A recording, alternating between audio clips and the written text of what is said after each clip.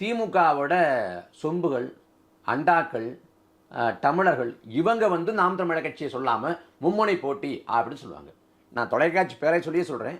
புதிய தமிழர் தொலைக்காட்சியில் கடந்த 2024 பார்லமெண்ட் தேர்தலுக்கு முன்பாக ஒரு விவாதம் நடத்துகிறப்ப வந்து மும்முனை போட்டின்னு போட்டாங்க. அன்னைக்கு திமுக, அதிமுக, பாஜக, நாம் தமிழர் 4 முனை போட்டி தான்.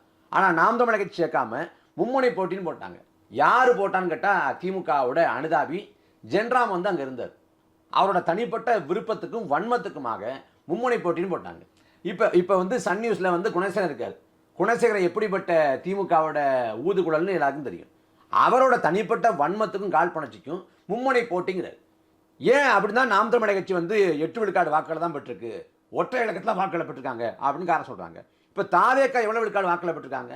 மாணவர்களின் சிந்தனைகளை வடிவமைக்க எஸ்என்எஸ் இன்ஸ்டிடியூஷன், மாணவர்களின் தனித்திறமைகளை மேம்படுத்த எஸ்என்எஸ் இன்ஸ்டிடியூஷன், மாணவர்களின் சாதனைகளை போற்றும் எஸ்என்எஸ் இன்ஸ்டிடியூஷன் கோவை.